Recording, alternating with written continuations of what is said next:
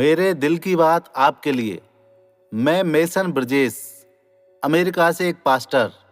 मैं अपना समय आपको लिखने में क्यों बिता रहा हूं, जबकि आप पूर्वी देशों में रहते हैं और मैं पश्चिमी देश में रहता हूं। हमारा और आपका दिन और रात का अंतर है। फिर भी मैं आपके लिए ये संदेश दे रहा हूं, क्योंकि मेरे पास एक सच्चे ईश्वर से अनंत जीवन का संदेश है। उसने खुद को हमारे सामने प्रकट किया है। वो एक मनुष्य के रूप में पृथ्वी पर आया है। उसका नाम यीशु है। वो एक आंदोलन का चिन्ह है, जिसे आप ईसाई धर्म के रूप में जानते होंगे। मैं कुछ ऐसा उठाना चाहता हूं जिसे आप खुद से पूछ रहे होंगे, क्या आप एक अमेरिकी व्यक्ति हमें अमेरिकियों की तरह बनाने आ रहे हैं? क्या आप गोरे लोगों के यूरोपीय धर्म को हमारे साथ साझा करने आ रहे हैं? क्या आप दावा कर रहे हैं कि केवल एक ईश्वर है और मैं उसे जान सकता हूं? मुझे आपके लिए इन सवालों के जवाब देने दें और फिर बाद में मैं आपसे एक सवाल पूछूंगा। पहले सवाल के बारे में, क्या आप हमें अमेरिकियों की तरह बनाने की कोशिश कर रहे हैं? इसका जवाब है नहीं। मैं जो संदेश और शिक्षाएं आपके पास ला रहा हूं, उनका लक्ष्य आपको एक अमेरिकी की तरह बनाना नहीं है। सबसे पहले मैं यीशु के बारे में जो संदेश लेकर आ रहा हूं, वो अमेरिका से भी बहुत पुराना है। अमेरिका से 1800 साल से भी ज्यादा पुराना। मैं यीशु के बारे में जो संदेश लेकर आ रहा हूं, वो अमेरिकी जीवन शैली के विपरीत है। जहां अमेरिकी जीवन शैली में मूल रूप से महत्वाकांक्षा, धन और भौतिकीवादी लक्ष्य हैं, वहीं ईसाई धर्म का संदेश इससे बहुत अलग है। ये आत्म त्याग, क्षमा मांगने और हमें बनाने वाले ईश्वर की खोज का संदेश है। लक्ष्य आपको एक अमेरिकी जैसा बनाना नहीं है। लक्ष्य आपको एक सच्चे ईश्वर के मार्ग से परिचित कराना है और आपको बताना है कि आप उसे कैसे जान सकते हैं, और उसे जानने से आप ईश्वर से मेल मिलाप कर सकते हैं। ईश्वर की आत्मा आपके अंदर निवास कर सकती है और आपके पाप क्षमा हो सकते हैं। न्याय के दिन आप शुद्ध और क्षमा किए जा सकते हैं, और जब यह जीवन समाप्त हो जाएगा तो ईश्वर के साथ अनंत जीवन पा सकते हैं।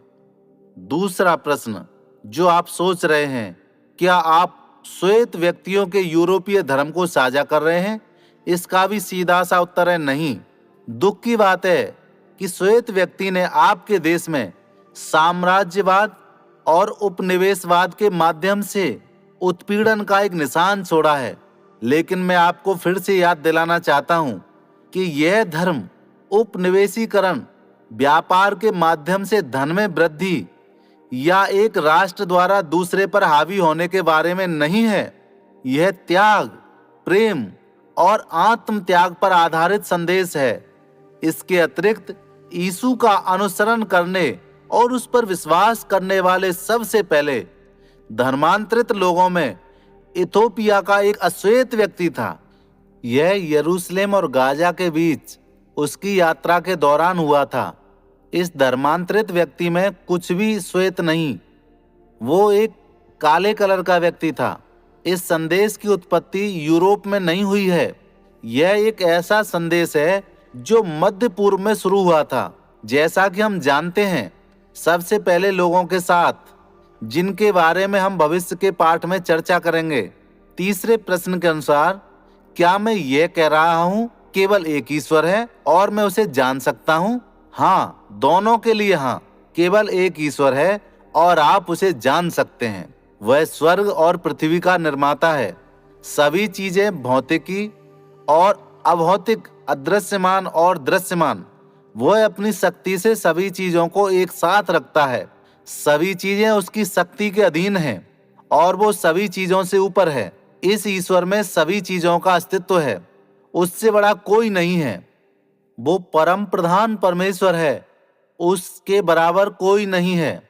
इस शक्तिशाली ईश्वर ने हम मनुष्यों के सामने खुद को प्रकट किया है।